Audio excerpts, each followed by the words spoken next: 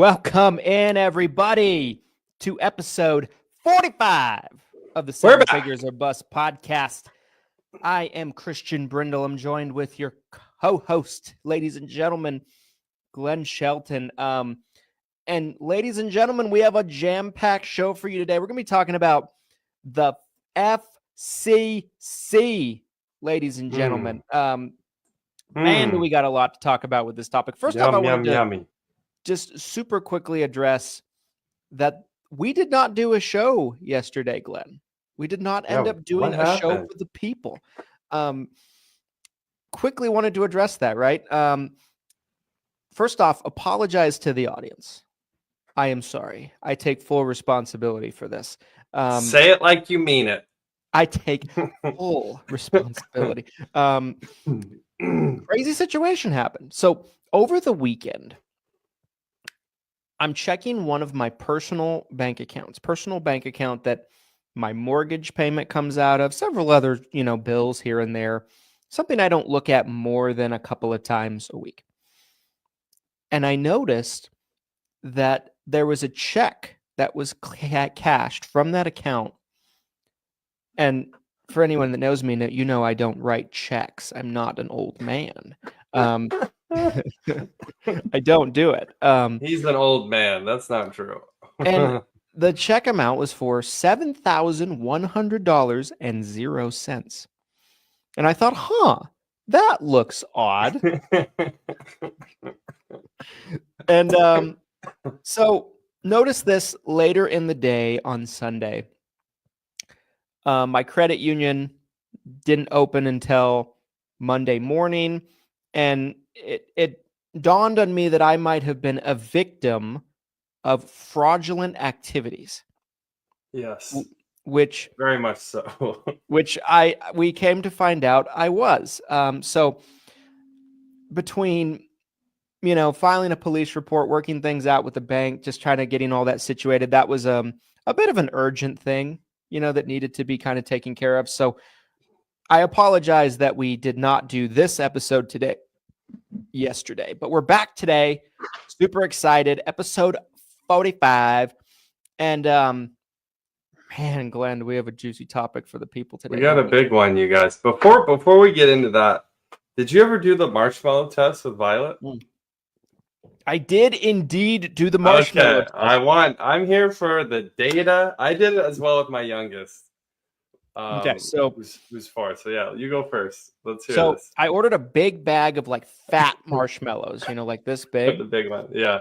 And so I pull 2 out of the bag. I sit her down at the dining room table, and I tell her, I'm like, all right, Violet, here's the deal. I'm going to put this marshmallow on this plate. And before I can finish, she's like, and Violet's going to eat it? And I'm like, this is not starting well. I'm like, listen. I'm like, I 4 or 5 times. And I'm like, here's the deal. I'm like, if I'm going to put this on the plate, me and Mommy are going to leave the room for a little while. Mm-hmm. If you don't eat the marshmallow, then I will come back and give you a second marshmallow and you can have both. She's like, Violet, eat both? I'm like, for fuck's sake. I'm like, so we leave. After about 45 seconds, she gets up out of the chair and comes to find us. And we're like, no, go back and sit down with the marshmallow. So then she goes back, sits down for another 30 seconds or so. And then it's silent. And then all of a sudden we hear this. So we come back to half of the marshmallow. She failed the test. That's good. That's good data. That's good data from a science experiment. Did you and your wife bet on what you thought would happen before? My wife was fully convinced from the very moment I told her about the experiment that she was like, there's no way she's not going to eat it. She will eat it within 60 seconds. So we didn't end up betting because I didn't feel good about my chances. Yeah, I bet. So I did it with my youngest. He's 4. And I thought for sure he would not make it 5 minutes because he's a fiend for sugar. Just anything, chocolate, sugar, Rice Krispie treats, cookies, anything he can get his hands on at all times. Mm-hmm. So I was definitely, my wife believed that he would make it, which I thought, okay, I think I've got this one. I was using the small marshmallows though. Maybe the bigger marshmallows would have been more enticing, but he did make it. There's another part of the test I forgot to mention, but so I did the same thing. Set the marshmallow down. Said, Fitz, 5 minutes. If you don't eat this, when I get back, you'll get another one. And he said, okay. 5 minutes. He's like, where's my marshmallow? He's like demanding it. He's like, so then I give him. It. But he made it. He made it. But hang on. So there's another part of the test I forgot to tell you. Okay. So the second one, I said, if you don't eat either of these, you're supposed to keep going to see. So Okay. it's like, either of these, I will give you another marshmallow in 5 minutes. He looked at me like I was crazy and stuck those 2 marshmallows. So there was a limit, even though he did make it. There was a limit to that delayed gratification. There was some success, but the next step, he was out. He was like, no. He's like, I'm eating these 2 right now. I waited 5 minutes. No way I'm waiting another minute. I'd be curious to try it again with smaller marshmallows. Maybe that big marshmallow was like, because she didn't even finish the entire big marshmallow. She ate like maybe 2/3 of it. So in her mind, I'm wondering if she was thinking the size. I couldn't eat 2 anyway. I'm just taking mine now. Could be. I don't know if she's that strategic. I don't know. Yeah. Maybe she is. I think she's fairly calculated. She might be. But yes, yeah. Man, I might have to try it again with smaller marshmallows and report back because but it was a fascinating, fun little experiment. We had fun with it. If you guys were listening to this and you're like, what the hell are they talking about? The last pod we did last Thursday, we talked a lot about delayed gratification, and this was something that came up was the marshmallow test. Something that they'll do with kids. Again, it's kind of a test to see, can you handle this delayed gratification and at a very small scale? Here's a marshmallow. If you wait, you can get 2. That's what we experience as business owners, right? As investors, you can spend that money now, or you can wait 5 years and it might be worth double, if you invest it right. So just to catch everyone up to speed. Now, before we get into today's main topic, I do want to mention the sponsor of today's episode is Lead Heroes. So today's episode is brought to you by Lead Heroes, the #1 senior insurance lead provider. And I want to explain what we have going on today because it expires at midnight tonight. So this is a very limited time offer. You've got about 16 hours from the moment I'm saying these words until the price of our Turning 65 leads will be going back up. We have exclusive, double verified Turning 65 leads. We are targeting seniors who are 2 to 5 months out from their 65th birthday. They go through our process. They opt in online. We call them to confirm that they are interested, that they want to speak with you. And then we're passing that person along. So again, when you look at all the different leads out there on the market, a double opt-in, double verified lead like this is some of the highest quality. You don't have to take my word for it. You can search right here in the 7-Figure Medicare Agent Facebook group and see tons of agents who've had success with these Turning 65 leads. So do not wait. Almost 50% off the normal retail price. It will go back up at midnight tonight. So take advantage of this discount while you still can. That's leadheroes.com, LEADHEROES.com. Love it. Love it. By the way, guys, I've got a little throwback on today. Oh, I don't know if you noticed that. Little retro. Little retro throwback. It is Tuesday. What's the word that people use when they're reminiscing? Nostalgia? Thank you. Little nostalgia. Little nostalgia on today's pod. Man, you guys, do we have a topic for you guys today? It's a big one. Glenn, let's rewind to the beginning in case anybody isn't aware. It's amazing to me how many agents are completely just in the dark that there even was an FCC rule that was going to take effect yesterday originally, right? Yeah. So let's tons of misinformation. Uninformed. There's a lot of you that were uninformed of what was going on, had no idea. A lot of you were misinformed. You had some completely crazy idea of what was going on that wasn't true. Some of you thought like TCPA was what was starting, which TCPA goes back to 1996. That's been around forever. The telephone. So it's been chaos. It's been a roller. It really feels like the Matterhorn at Disneyland. I can't stand that roller coaster. If you guys have been on it, it's like herky jerky. It's like that's what the FCC. That's been the FCC for the past 2.5 years, roughly, with the rule changes. So, okay, stop me if I miss anything in the timeline, right? Just catching people up. Yeah, do it. My first recollection of this, I want to say, was in AEP 2023, when they first were coming out with the proposal of the FCC rule. Kind of similar to like a CMS proposal, right? Before they put out a final rule, they put out a proposal. It was like this, like December, January, right? I remember we were in talks of merging. Yeah. When it came out, I remember those two things synonymously being connected in time. Yeah. And so now I don't quite remember actually when the rule actually dropped, but I want to say it was Q1 of 2024 with an effective date. I think you're a year off. Maybe. I think the proposal was 2022. I think it was like December, January of 2022. CMS puts out this proposal that a lot of people were like, this is crazy, it'll never happen. And then final rule came out in like April of 2023, which was like, hey, this is happening.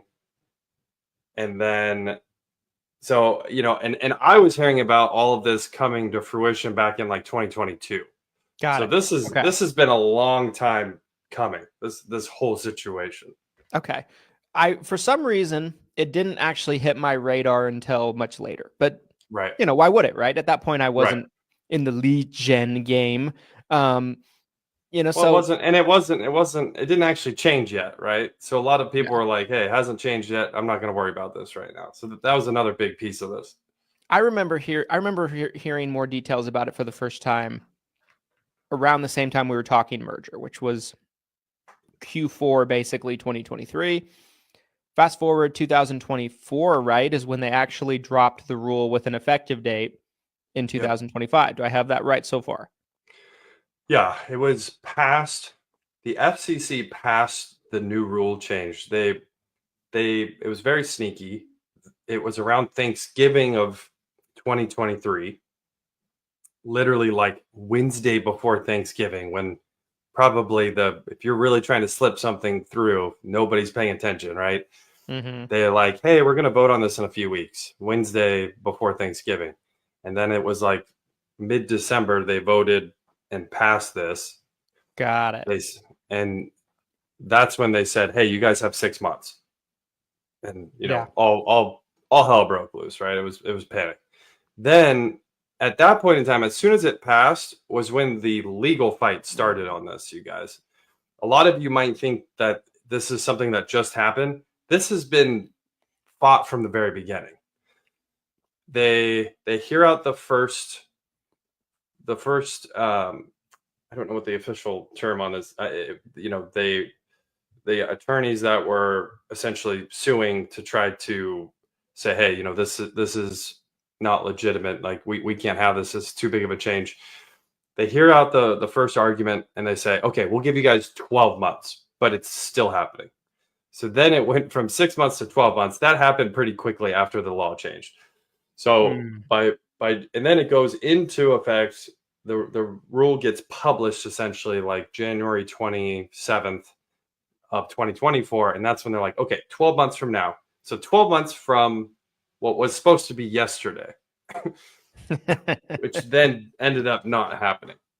So for anyone that might just be totally like in the dark about what the rule was going to put into motion, describe it, if you would, in layman's terms, about what the rule change was actually going to be. There's a few smaller things that were a part of it, but the number one focus is one-to-one consent. And if you don't understand what that means, one-to-one consent is whoever you were working with when you opted in originally. I just talked about our lead heroes turning 65 leads. Those are built on affiliate partnerships.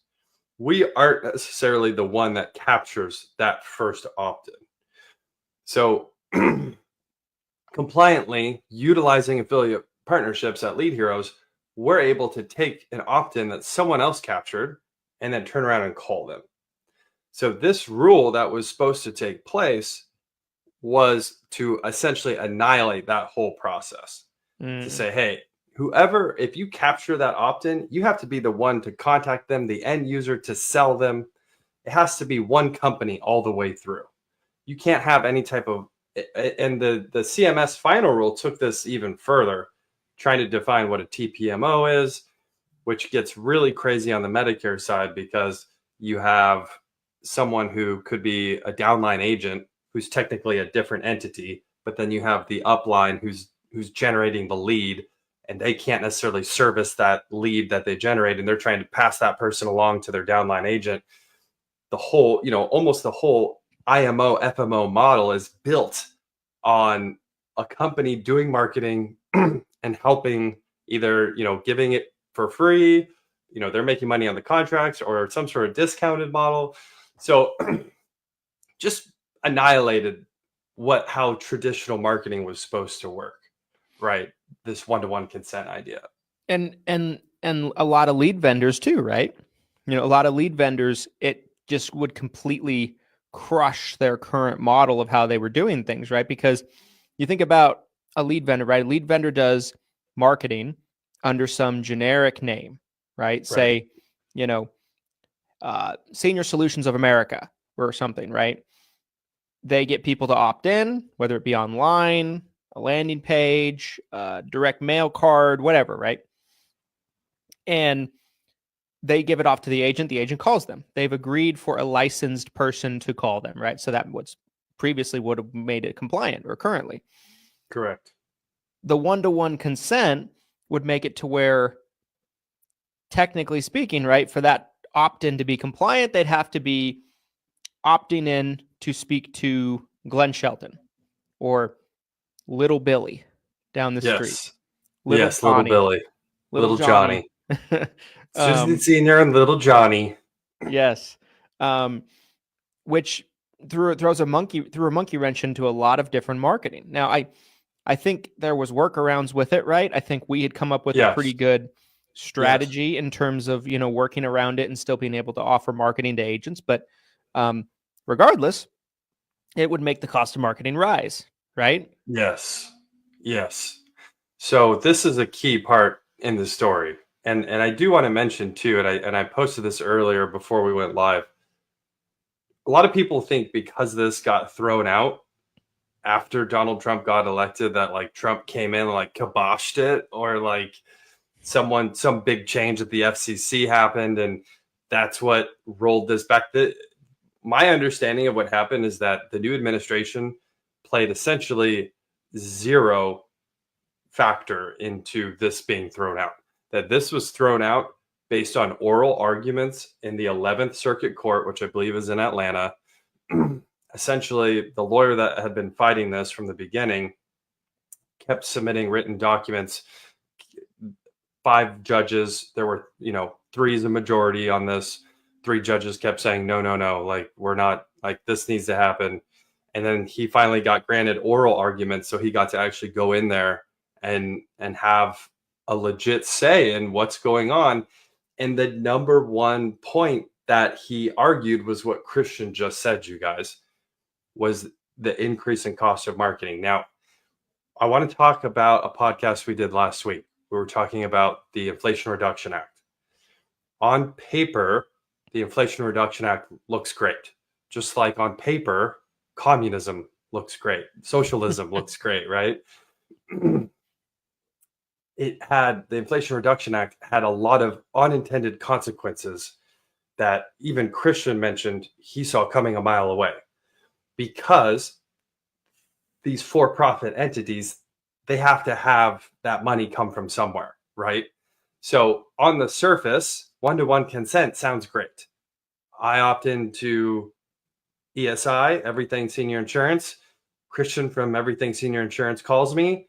I knew exactly who was supposed to call me because when I opted in originally, I knew who it was. Everybody's happy, right? The unintended consequence of that increase in marketing, though, as a for-profit company that Christian's running, means that that money has to come from somewhere. And as a consumer, this would have most likely literally created inflation, because you're talking about not just the insurance world that's dealing with this, you're talking about national marketing for all products and services. So if you're a for-profit business and now your cost to acquire a client just doubled, what are you going to do? Where you're going to increase the cost of your goods or services. Passes right? down to the consumer, right? Passes down to the consumer. That Yeah. was it. That's what annihilated this, is an attorney successfully argued to these judges who had slammed down this argument of trying to throw this out. They were like, no, this needs to happen. This is a good thing for the consumer. No, no, no, no, no. And the attorney said, if this goes through, you are going to see an increase in the cost of goods and services across the board for everyone in America, and it will literally cause inflation. Which again, it's just basic math. If I'm selling a car, if I'm selling a car, and to get that car sold, it cost me double what it did yesterday, I have to roll that cost into the car, right? And that would have happened everywhere. That's what happened. Yeah. It's so interesting, the turn of events, because despite us doing this podcast, there will be a lot of people that don't see this podcast. Not that many.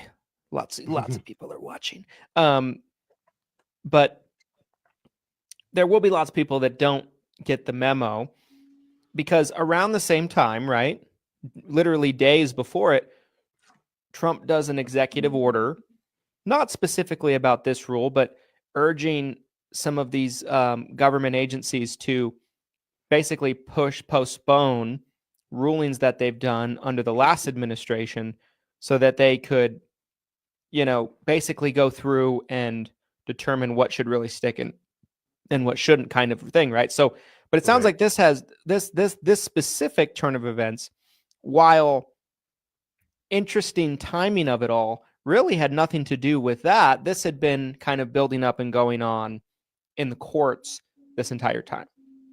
Yes. This was a domino effect over time.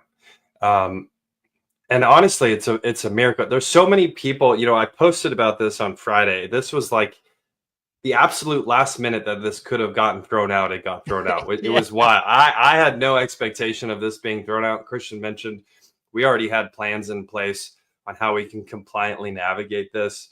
I have seen a lot of lead vendors, data companies that basically were preparing to close their doors, who are probably throwing them back open, grand reopening type situations.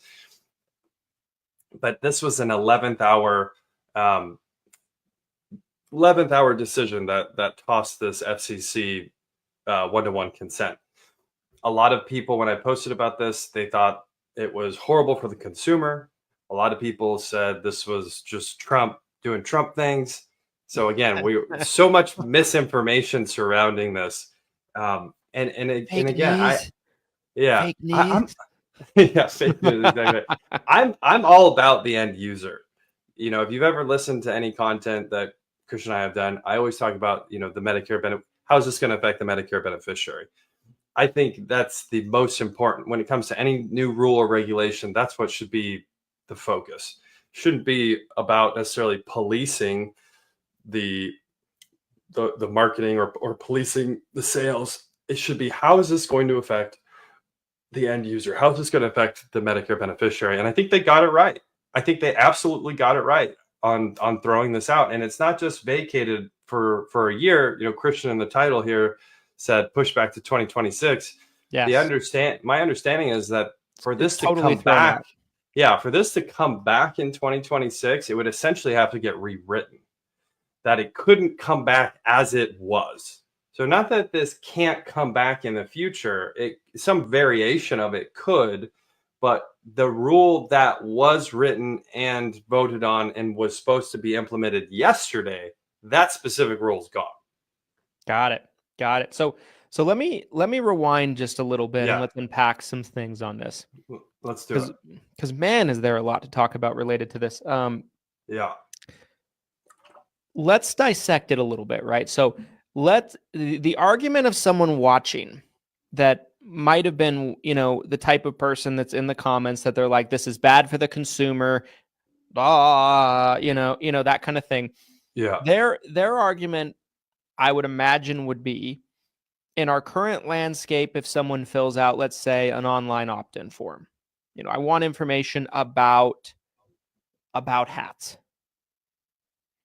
right? That Just thinking about that hat company you want to start. Well, never say never. Yeah. But I want information about hats, let's say. Yes. My opt-in under the current rules, right, can be passed on as many times as possible, and I might get flooded with phone calls for years telling me about this hat. I have a pink hat. I have a gold hat. I have all, there's hats coming at me from all directions, right? It might not even be about hats. Someone might buy that opt-in, and they might call you about a car warranty. Sure. Right? Yeah, absolutely. Yeah. Legally, compliantly. So that's probably the argument of the individual that's saying this is bad for the end user. To unpack and go and let's dig into the details a little bit on why this overall being thrown out is a good thing for everyone. Let's dive into that. The number one piece of what's good for you as a consumer here in America that this got thrown out is that the cost of acquisition for you to buy something through marketing and advertising would have gone up significantly. Yes. And that as a for-profit business, you would have had to increase your goods and services. None of us want spam calls. None of us want, to opt in for a hat and get a call about a car warranty. Obviously, that can be frustrating, right? The other interesting piece of this, though, is that, we talked about that roller coaster effect of like, we're going to change. Oh, we're not going to change. The industry did not think this was going to be thrown out. This wasn't something that was expected. Most businesses have revolutionized their internal process because of this one-to-one consent. I'm fascinated about where we're at right now and what is going to happen moving forward. The tug and pull of the free market. What will win? Will the lower CPA, and are we going back to this traditional model of, I captured this opt-in, I'm going to sell it to 100 affiliates. They're going to call about their offers. It's compliant and legal. It might frustrate some consumers. Are we going to go back to that? Or is the free market going to choose and say, your CPA is higher, but this is actually a higher quality lead. So, I think you're going to like this more. And I'm fascinated in that tug and pull of where we're going to end up and what is ultimately better for the consumer, Yeah. I always think whatever process is best for the consumer is probably what ends up being the best lead too, right? Like if it's a process where, like we talked about this on this podcast multiple times about old school lead vendors when we first got into it, that you'd buy a lead, they tell you that they're sharing it with 4 or 5 agents, so they were shared, but they're really sharing it with like 50, right? Right. But like that's what they tell you. That's a bad overall, I guess, experience for the consumer. I think everyone can agree on that, right? There's 50 agents calling you all at once. Your phone's about to explode. It's shaking. Right. Buttons are flying off. You don't really have buttons, I guess, anymore on phones, but your virtual buttons are about to explode. Your virtual buttons are flying off. Yeah.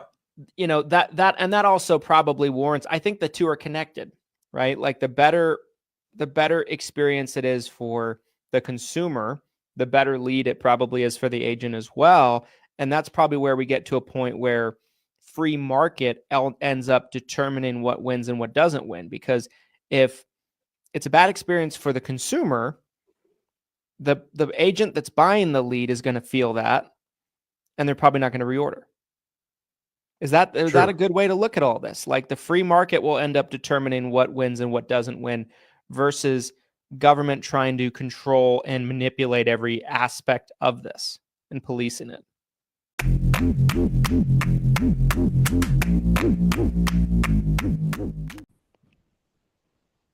This episode of the Seven Figures or Bust podcast is brought to you by the Seven Figure Medicare Agent Summit. Guys, it is a fact that getting around other people that are chasing the same ambitions and destinations in their business as you is a great thing, and it can propel your business years ahead than not getting around people and networking and going to live events. The Seven Figure Medicare Agent Summit is the premier event. Every year we hear year after year after year that it is the event that has the best content. So many events nowadays, they do a lot of pitching from the stage. They're really just there to sell you things. And if nothing more than that, they're just a bunch of vendors put together and they're just nothing but networking. There's no content. The summit is the best of both worlds, you guys. The summit puts together great, fantastic speakers from all ends of the industry, and also get you in a room with like-minded individuals from all over the country that are trying to build their business just like you. The summit this year is taking place in Salt Lake City from June 22nd to 24th at the Hilton Hotel. We still have tickets available. We'd love to have you come out for the event. We are over 50% sold out at the time of recording this, but get your ticket now while you can. This event will sell out, and we'd love to see you there in Salt Lake City.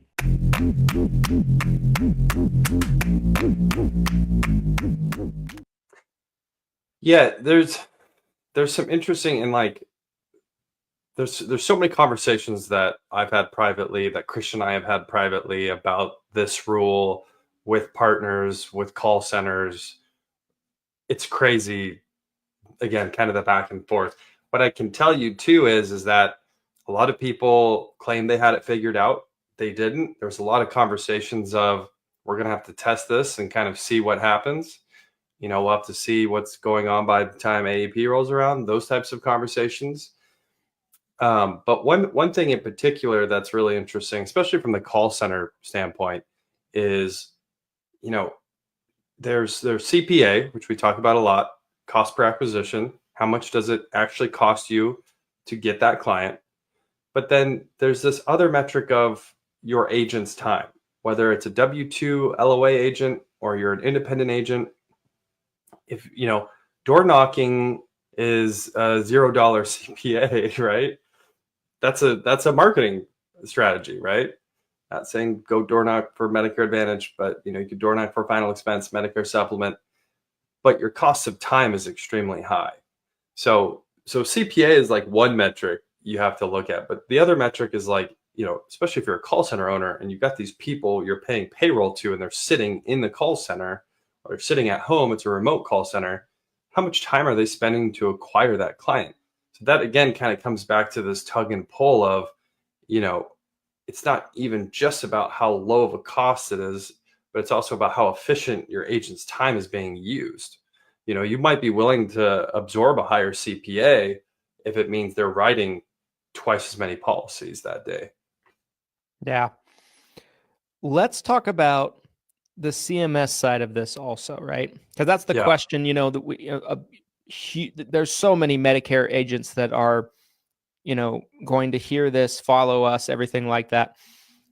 Obviously, CMS puts out final rule.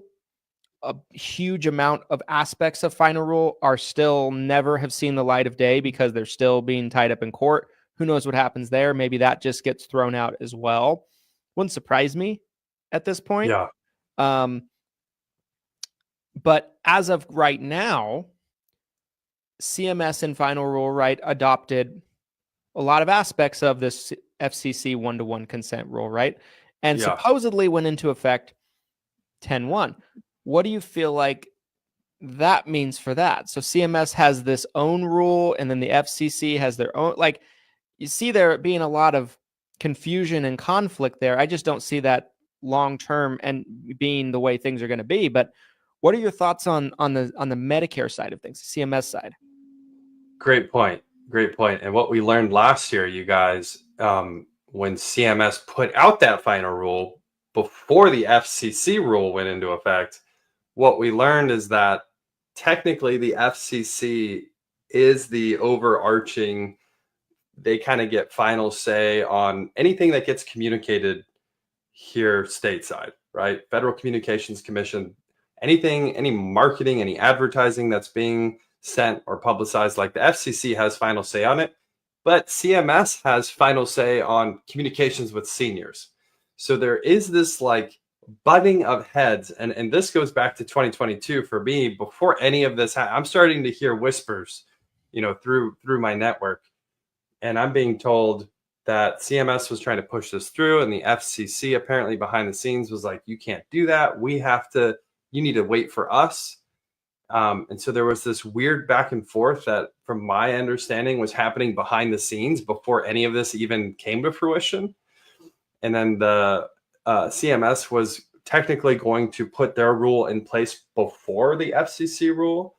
And then there's the stay that got put on final rule. So what a just mess of, right? I mean, just explaining it sounds so messy, but I have a headache after listening to that.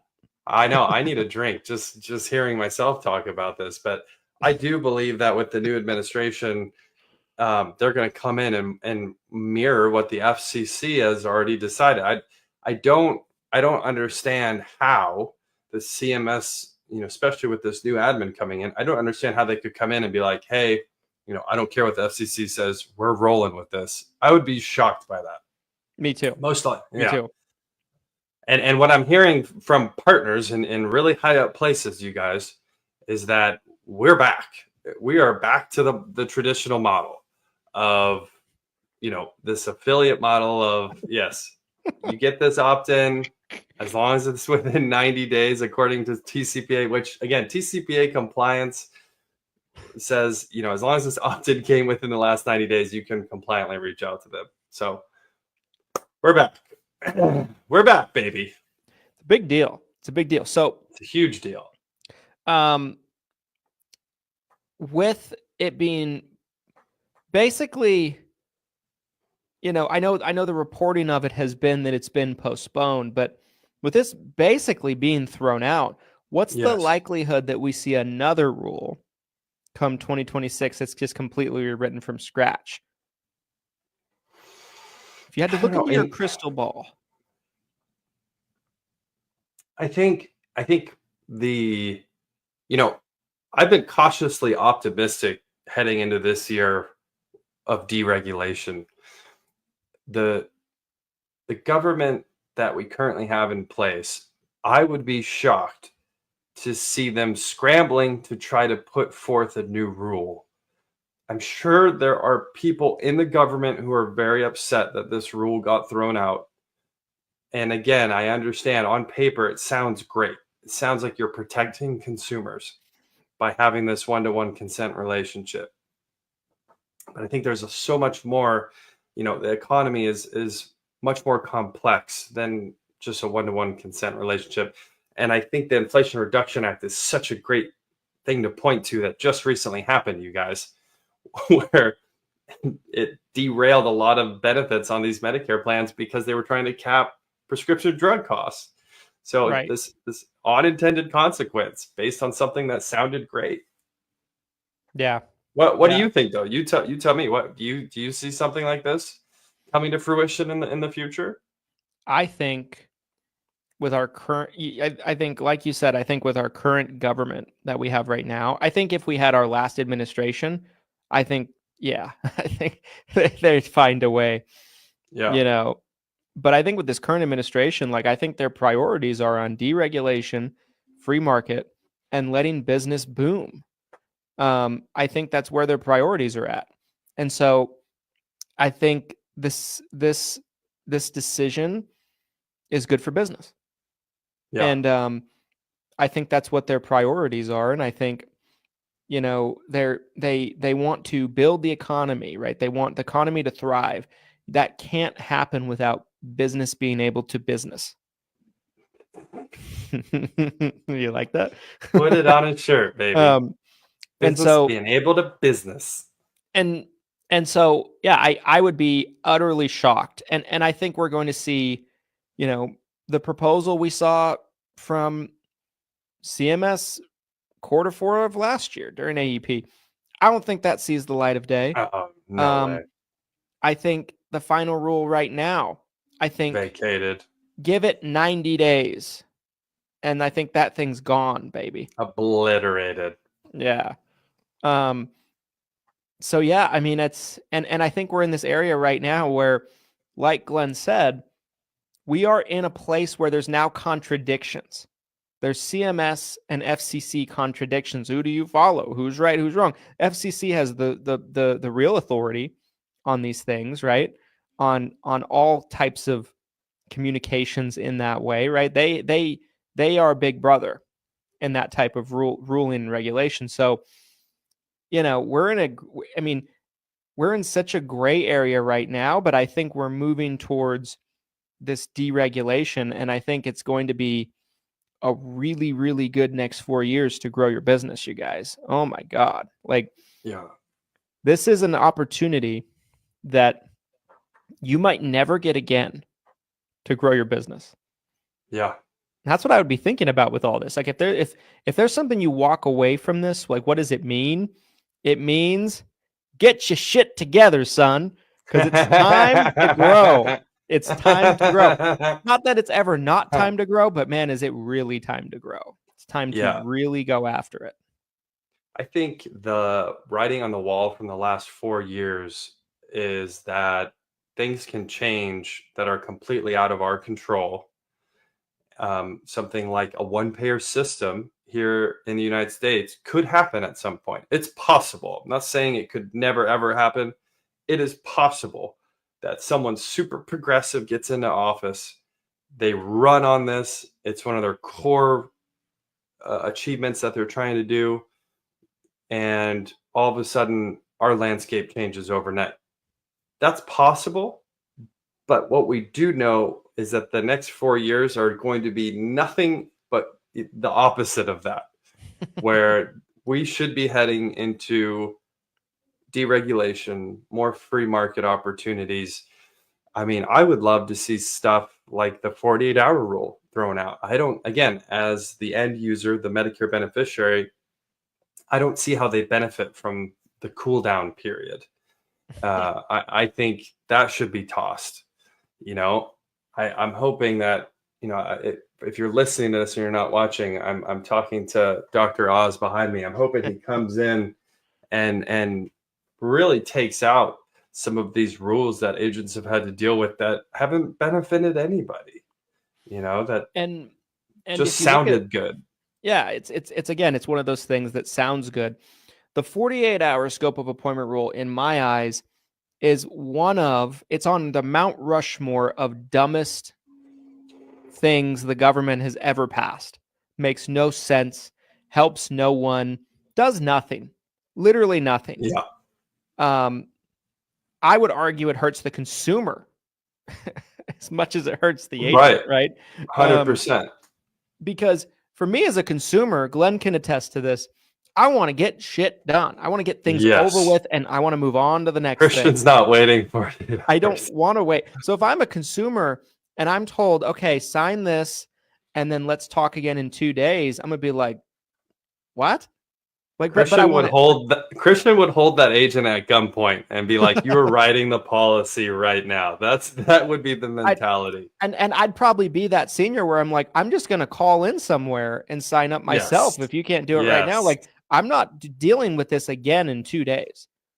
You know what I mean? Like, yep. And so I've been consistently saying that for years, that rule just doesn't help anyone. I say that to say, you look at the first administration of this administration, and that is one of the major highlights of what deregulation looked like in the Medicare space. That rule got thrown in the garbage. And, I know Nehru came in and took credit for it and everything like that, but I think it might have happened regardless of them. Maybe not. Maybe they had a serious hand in that. But I found it interesting how, they took credit for it when it happened. And then when it came back, they were like, oh, we couldn't do anything. Sorry. You know what I What- mean? Yeah, I think this is a good, as we get towards the top of the hour here, maybe this is a good thing we can speculate on. We're known to speculate on this show, you guys. Maybe we could speculate about some rules we'd either like to see thrown out or we think could be thrown out, whether that's outside of the CMS or specifically pertaining to CMS. I think the 48-hour rule is a low-hanging fruit. We've already seen it come and go and then get brought back. What's another one you think that either needs to go or you think should go? I would go even one step farther on the scope of appointment. I would just get rid of the scope of appointment. If I was CMS, in charge of CMS tomorrow, that there would be no scope of appointment. I'd be like, and my argument to the CMS board would be, I'd be like, listen, you guys. I'd be like, I know all you guys do all day is sharpen your pencils and write rules. But you're such a bully. But what does this actually listen do? up, nerds? listen up, nerds. Let me tell you what's really happening out there. Dad is here. Daddy is here.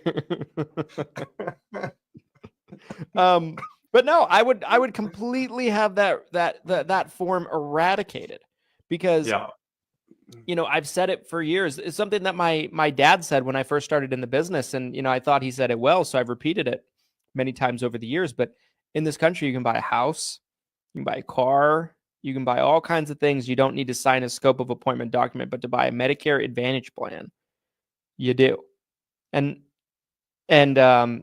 or a PDP. You know what I mean? Like it's asinine, it's outrageous, and it's the only people that think it's a good idea are, people that sharpen pencils and don't do anything all day, except, other than try to think about, will this piece of paper and having people sign it 2 days out, like, is that going to stop fraud or anything like that? No. I think people that commit fraud are going to worry about your 48-hour scope of appointment rule? No. They're breaking way more serious rules and laws than that. The only people that get affected are people that try to do things the right way and the consumer.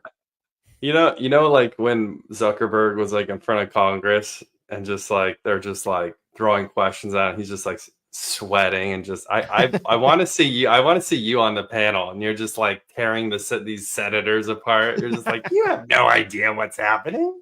Yeah. When did you write a Medicare policy last? You're just like, you're just cutting them in half.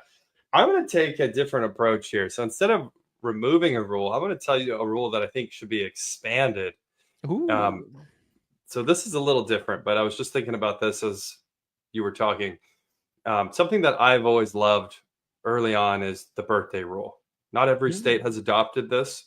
I would love to see a national birthday rule. I'd love to see CMS do this at the federal level and say, hey, you have a guaranteed issue opportunity to switch plans within 30 days of your birthday. I would love to move towards this for several reasons. One is I think all of the stress that goes into AEP, not saying we want to do like year-round open enrollment. I understand that can be problematic. We see it in some of the states that do that. But if we had like a national birthday rule, maybe that would take some of the stress off of everyone scrambling to change their plan, once a year. Maybe by being able to help people around their birthday, which again, there's more and more states have been adopting this. There's probably, I don't know what the number is right now off the top of my head. There's probably 15 states now that have a birthday rule or an anniversary rule. For like Missouri as an example, where they can switch within like 30 days on either side of their birthday. Yeah, there's nothing more tragic to me than someone that's either on a Medicare supplement plan, they've been on it a long time, and their rates have just ballooned through the roof. Yeah. And they can't pass underwriting, and they can't afford to not have that med sup at the same time. Right. Right. That is it's tragic. A horrifying no-win situation for the Yeah. consumer. Yep. And, I think having a national birthday rule definitely, it provides additional options, which I'm always in favor of when it comes to Medicare beneficiaries. I think that would be a very interesting one. One thing you see in a lot of birthday rule states is lower MedSup commission and higher MedSup rates. So that would be the negative downfall of that. But at the same time, right? Like you look at some birthday rule states, the MedSup commissions might be higher, but and some states are different, right? Not every state is going to apply but it's very state by state for sure. Yeah, but some states it's just maybe slightly higher than a non-birthday rule state, that kind of thing. It's certainly not a perfect thing, but I think I'd rather. I mean, because I do believe long-term MedSup rates are ballooning anyway, right? They're going to continue to balloon. They're going to continue to inflate. I think it's a nice option for seniors to have that across the Jason, nation. I like it.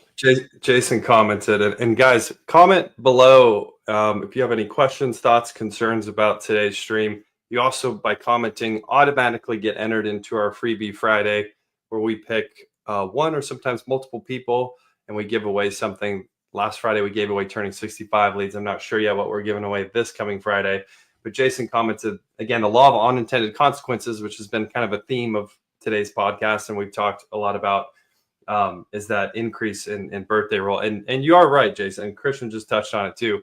I remember here in Oregon when birthday rule went into effect, the premiums exploded. It was like a 20 to 30% jump across the board.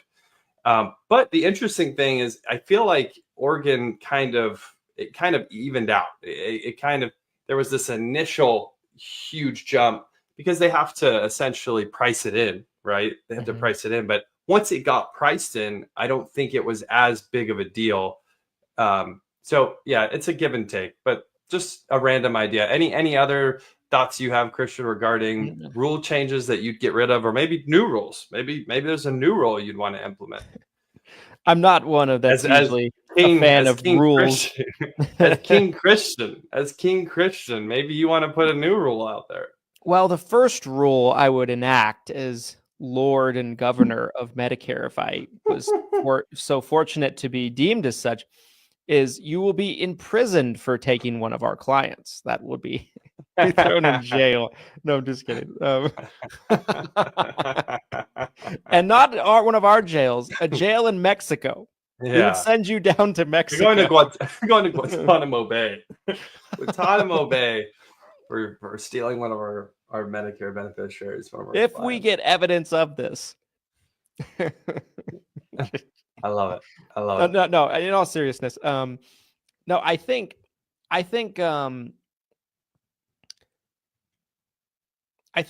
some rules that I would probably,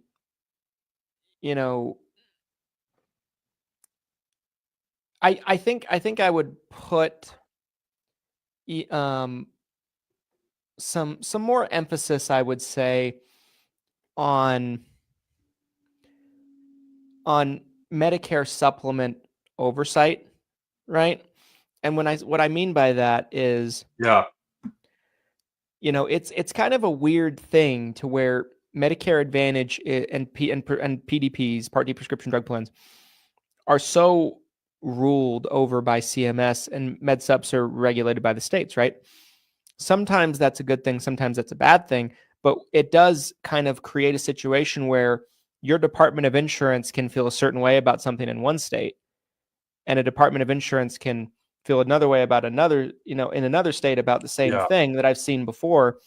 Like one that jumps out to me is like, we're licensed in Louisiana. Yep. That Department of Insurance is on the warpath all the time. I'm getting emails constantly. They're like, you know what I mean? Like, yeah. And there's got to be a way where there's just some kind of blanket symmetry, right? Yeah. I find that would probably be a good thing, but at the same time, I wouldn't want it to be. I would hesitate to even enact that rule because I wouldn't want it to evolve and mutate into Medicare Advantage 2.0 type of regulations either.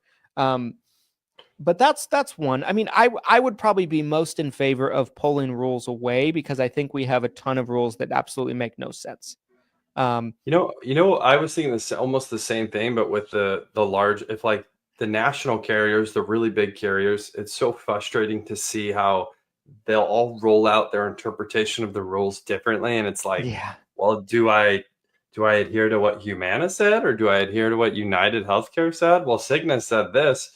It'd be nice to like form like a council. It's like a Jedi council of like the biggest carriers, and they roll out that update arm locked together. They're like, hey, we came together, we talked about it. Because again, I think that symmetry might make doing business easier for agents. Yeah. But I also don't like the idea of necessarily forcing, gets a little weird at that point, like forcing these businesses to work together when they're technically competitors. So I don't know how that would play into it. But someone said no more call recordings. I think at a bare minimum, the call recordings should be limited. The idea that every single call needs to be recorded is insane. I think enrollment calls need to be recorded maybe, but there's no reason for every single call to be recorded. If you're calling up Susie to say happy birthday, that's wild. Agreed. And right now that is the rule, where it's just enrollment calls that need to be recorded. Some carriers at the time interpreted it. They freaked out. They were like, record everything. Record everything. Yeah. That was crazy. Yes. And really, in a way, like CMS likes to say that they put clarification on it, but the way they put out the ruling, I don't think they left any interpretation for it to be just enrollment calls. I think they kind of backed off on that the following year, and so that was a positive thing that they did, one of few. But I think, my thoughts on call recordings is I don't think it should be a requirement for an agent, but I do think if you are an agent, whether it's a requirement or not, you should do it regardless because documentation protects you. So I'm a little more on the fence on that one. I can see the argument towards not making it a requirement, but I do think it's a good practice regardless, right? So like my thought process when that came out was like, we were already recording our calls. Yeah. And I'm like, well, we're already doing this. You know what I mean? Like, because there's no better way to protect yourself if you have that type of documentation. If somebody provides an allegation, I think the positive side of it is like, if you have an allegation and you have to send in the call recording, there might be something totally unrelated that maybe you misspoke on that call that has nothing to do with their allegation. Then they're like, aha, I don't like that. I don't like that part of it. So maybe not making it a requirement, maybe not including it in allegations might be probably not the worst thing. Well, we are almost at the top of the hour, you guys. Appreciate everyone who's joined us and already listened to this entire stream, this entire podcast. Christian, final thoughts on today's episode regarding the FCC One-to-One Consent Rule being obliterated. What do you think? Final thoughts. My final thoughts are, I think it's a great thing. I think that less regulation is good for business, and I think it's good for our economy. I think it's good for our country. And I think, for the people that argue that more regulation is good, I think it's one of those things that we've talked about many times on this show and past podcasts, that it's good in theory, but typically the rules that come as a result of it make no sense, and they're stupid, and they don't actually fix anything, and they just make life harder for everyone. That's government 101, right? Not fixing things, making things harder, and creating new problems without fixing any of the old problems. So I think just because of the government's incapability, to be able to actually resolve these problems, I'm overwhelmingly in favor of less regulation. I'm a free market capitalist, and so I'm ecstatic. I'm overjoyed. I love that that's happened. Absolutely echo everything that Christian just said for my final thoughts. I think this was a huge win. If one-to-one consent's better for everybody, let's let the free market decide that. I don't need the court systems to tell me what's best for the consumer or what's best for the economy. Let's let the free market decide that, and it's going to be interesting to see, how the next 12 months play out now that there's been this huge ethos around one-to-one consent, and some people already switched. Some people are switching back. Some people were about to close their doors. They're opening them back up. It's going to be very interesting to see how the market adjusts moving forward in 2025. But yes, those are my final thoughts. Very excited. This was a win for the free market, for capitalism, for business, for sure. Guys, thank you so much for watching all the way to the end of episode 45 of the 7 Figures or Bust podcast. If you haven't done so already, make sure to subscribe on whatever platform you are listening to us on. Make sure that you leave us a 5-star review on platforms such as Apple Podcasts. We would certainly appreciate that. And we'll see you guys on the next episode. Here's to your guys' success and wishing you a massive success going into 2025. Thanks, everybody.